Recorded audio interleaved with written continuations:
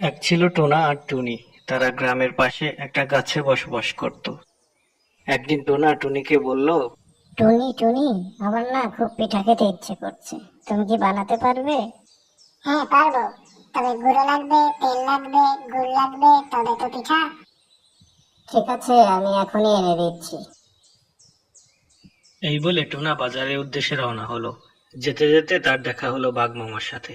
সে তখন গাছের নিচে বিশ্রাম করছিল। কি রে টোনা, কই যাস? না মানে একটু বাজারে যাই। এই অসময় বাজারে মতলবখানা কি বলতো শুনি? আমার পিঠে খেতে ইচ্ছে করছে, কিন্তু তেল লাগবে, গুড় লাগবে, গুঁড়ো লাগবে, নুন লাগবে, তবে তো পিঠা। তাই বাজারে যাচ্ছি কিনতে। ও বুঝেছি, তাহলে আমাকেও ভাগ দিস। ঠিক আছে, বিকালে এসো, তোমাকেও ভাগ দিব। এখন আমি যাই। টোনা এবার চলতে লাগলো আবার বাজারের উদ্দেশ্যে। পথে তার দেখা হলো এক শেয়ালের সাথে।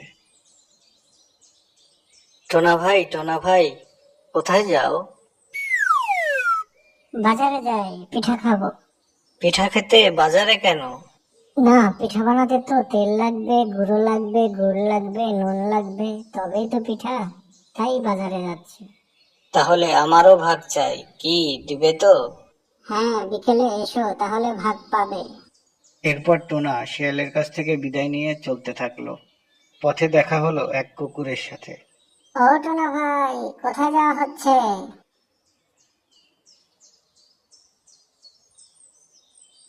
আমার পিঠা খেতে ইচ্ছে করছে, কিন্তু তেল লাগবে, গুড় লাগবে, গুঁড়ো লাগবে, নুন লাগবে, তবেই তো পিঠা।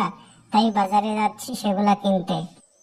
ও বুঝেছি, কিন্তু আমিও খেতে চাই। আমার ভাগ পাবো তো? ঠিক আছে, বিকালে এসো, তুমিও ভাগ পাবে। এরপর টোনা বাজার থেকে একে একে সব নিয়ে আসলো। প্রথমে সে গুঁড়ো নিয়ে আসলো, গুড় নিয়ে আসলো, তেল নিয়ে আসলো। পাশের বাসা থেকে আগুনও নিয়ে আসলো। এরপর টোনা আর টুনি তাড়াতাড়ি পিঠা বানাতে থাকলো, আর টোনা বাঘের ভয়ে তাড়াতাড়ি খেতে থাকলো। খাওয়া দাওয়া শেষে তারা সেখান থেকে পালালো। এদিকে বিকেল বেলায় একে একে বাঘ আসলো, কুকুর আসলো, শেয়াল আসলো, এবং তারা দেখতে পেলেও টোনা আর টুনি খেয়ে দিয়ে সেখান থেকে পালিয়েছে। এই টোনাটা কোথায় গেল বলতো? ও বুঝেছি, বাঘ মামা। টোনা আমাদের সবাইকে বোকা বানিয়ে পালিয়েছে। শয়তান টোনাটাকে পেলে এখনই খেয়ে ফেলতুম।